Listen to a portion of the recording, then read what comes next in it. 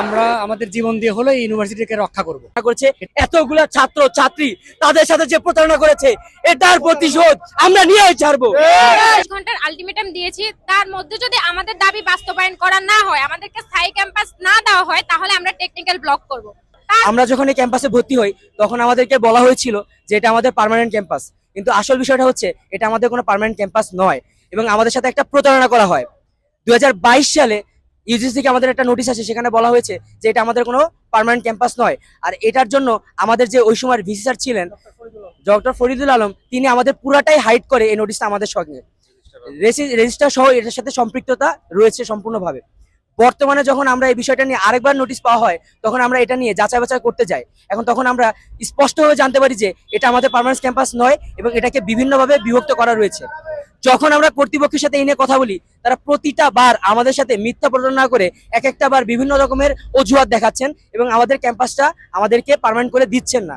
এই মুহূর্তে আমরা এখানে দাঁড়িয়ে আছি, বাডাস সমিতিকে আমরা অনেকবার তাদের সাথে মিটিং করে বিভিন্নভাবে কথা বলে তাদেরকে জানানো হয়েছে যাতে আমাদের ক্যাম্পাসটা পার্মানেন্ট করে দেওয়া হয় এবং জায়গা জমিটা আমাদের স্পষ্টভাবে দিয়ে দেওয়া হয়, কিন্তু আমাদের এখনো কোনো কিছু সম্পূর্ণভাবে দেওয়া হয়নি।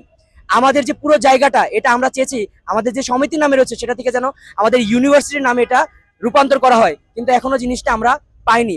উল্টো তারা চেষ্টা করছে আমাদেরকে ইউজিসির কে উল্টাপাল্টা বলে আমাদের অন্য একটা জায়গায় আমাদের ক্যাম্পাসটাকে বুঝিয়ে দেওয়ার জন্য, যেহেতু একটা নির্দিষ্ট পরিমাণ জমি আমাদের বরাদ্দ থাকে, কিন্তু আমরা যেহেতু এখানে রয়েছি আমাদের ডিসেম্বর পর্যন্তই সময় রয়েছে, তো এখন তারা যদি অন্য একটা জায়গায় আমাদের এই জমিটা বুঝিয়ে দেওয়ার চেষ্টা করে তাহলে কিন্তু আমরা একটা ইনফ্রাস্ট্রাকচার যে আমাদের একটা জমি বা আমাদের একটা বিল্ডিং প্রয়োজন সেটা আমরা কখনোই পাবো না।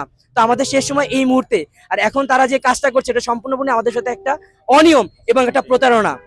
আমরা আজকে সবাই একত্র হয়েছে এখানে এই জন্যই যে আমাদের বাডাস সমিতি আমাদের সাথে বারবার যে প্রতারণা করছে তার প্রতিবাদ করতে আমরা এখানে আজকে নেমেছি এবং আমরা এখানে একত্রিত থাকবো যতদিন না পর্যন্ত তারা আমাদের এই প্রতিবাদ দিবে না। আর আমরা আজকে ২৪ ঘন্টার আলটিমেটাম দিলাম যে ২৪ ঘন্টার মধ্যে যদি বাডাস আমাদের এটা পূরণ না করে দেয় তাহলে আমরা টেকনিক্যাল মোড় পুরো আটকা দিব। এটা বাডাসকে আমরা আলটিমেটাম দিয়ে দিলাম। আমরা চাই সারা বাংলাদেশের মানুষ এটা জানতে পারুক যে আমাদের সাথে কি ধরনের প্রতারণা করেছে, এতগুলা ছাত্র ছাত্রী তাদের সাথে যে প্রতারণা করেছে এটার প্রতিশোধ আমরা নিয়ে ছাড়বো। সব মশার বিরুদ্ধে সুরক্ষা দিতে এলো বসুন্ধরা এক্সট্রিম অ্যারোসল, মশার বিরুদ্ধে এক্সট্রিম সুরক্ষা। এখন আমাদের যে হুমকির মশা আছি, আমরা চাই যারা আছেন যারা দেখবেন প্রত্যেককেই জানো আমাদের প্রতি সহানুভূতিশীল হন এবং আমাদের নিয়ে এটা যত বেশি পারেন মানুষকে জানান এবং আমরা যাতে এই সমস্যা থেকে সমাধান হতে পারি। ইভেন 10 তারিখে আমাদের সেমিস্টার ফাইনাল পরীক্ষা হওয়ার কথা, এখন আমাদের পড়াশোনা করার কথা, কিন্তু আমরা করতেছি মানববন্ধন। কেন? এটা মানববন্ধন করার 1 ঘন্টা আগে পর্যন্ত আমরা অপেক্ষা করছি যেন ওনারা আমাদেরকে পজিটিভ কিছু বলে, কিন্তু তারপর আমরা কখনোই এই পথটা বেছে নিই নাই। আমরা কখনোই এই পথটা বেছে নিইনি, কিন্তু ওনারা বাধ্য করছে আমরা যেন রাস্তায় নামি।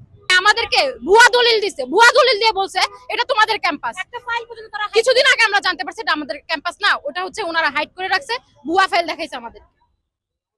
আমাদের যে দাবিগুলো ছিল 3 দফা দাবি, সেটার মধ্যে প্রথমটা হইল সম্পূর্ণ 5.5 একর জমি সরকার লিস্ট থেকে লিস্ট প্রাপ্ত নেওয়া যে জমিটা এটা আগামী 24 ঘন্টার মধ্যে বিএইচএস এর নামে করে দিতে হবে। আমাদের 2 নাম্বার দাবিটা হইলো ইউজিসি থেকে রেড লিস্টে থেকে আমাদের বের করে দিতে হবে, যাতে তারা পদক্ষেপ নিতে পারে যে আমরা ইউজিসি থেকে রেড লিস্ট মুক্ত।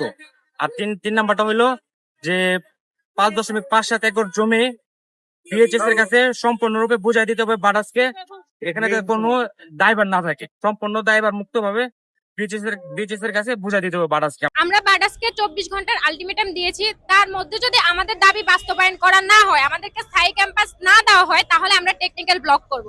তারপরেও যদি কোনোভাবে কোনো কিছু না হয়, আমাদের দাবি, আমাদের যা যা দাবি তা মানা না হয়, তাহলে আমাদের স্টুডেন্টদের যা যা করার প্রয়োজন আমরা করব।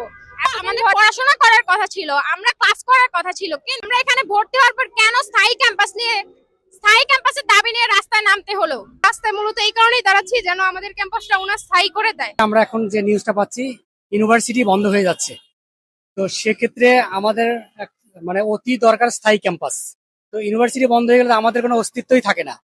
তো এর জন্য আমরা আমাদের তরফ থেকে যা করা দরকার আমরা সেটা করব এবং আমরা আমাদের জীবন দিয়ে হলো এই ইউনিভার্সিটিকে রক্ষা করব। এটাই হলো আমাদের সবার দাবি।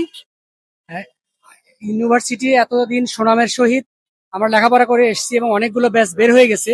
হঠাৎ করে কর্তৃপক্ষের কেন এই মাথার মধ্যে এই বুদ্ধি উদয় হলো যে ইউনিভার্সিটি বন্ধ করে দিবে, এটা আসলে আমাদের বোধগম্য নয়। তো আমরা কর্তৃপক্ষকে জোর দাবি জানাচ্ছি এই সমস্ত ভুল পথে পা না বাড়ানোর জন্য। দাবি মেনে না যদি না নেওয়া হয় সেক্ষেত্রে আমরা তো প্রতিবাদ তো আমরা করবই, এবং আজকে আমরা মানববন্ধনে কর্মসূচি দিয়েছি। দাবি না আমরা পর্যায়ক্রমে এটার তীব্রতর আরো হবে, এর আরো কঠিন পর্যায়ে আমাদের প্রোগ্রাম আসবে। আমরা সেই প্রোগ্রামের জন্য আমরা প্রস্তুত আছি। গুলো সন্তান তারা বলে থাকেন আমরা তাদের সন্তান, সেই সন্তানগুলোকে তারা রাস্তায় ঠেলে দিয়ে তাদের ভবিষ্যৎকে অন্ধকারে ঠেলে দিয়ে তারা আমাদের কোন ভবিষ্যৎকে নিশ্চিত করতে চান?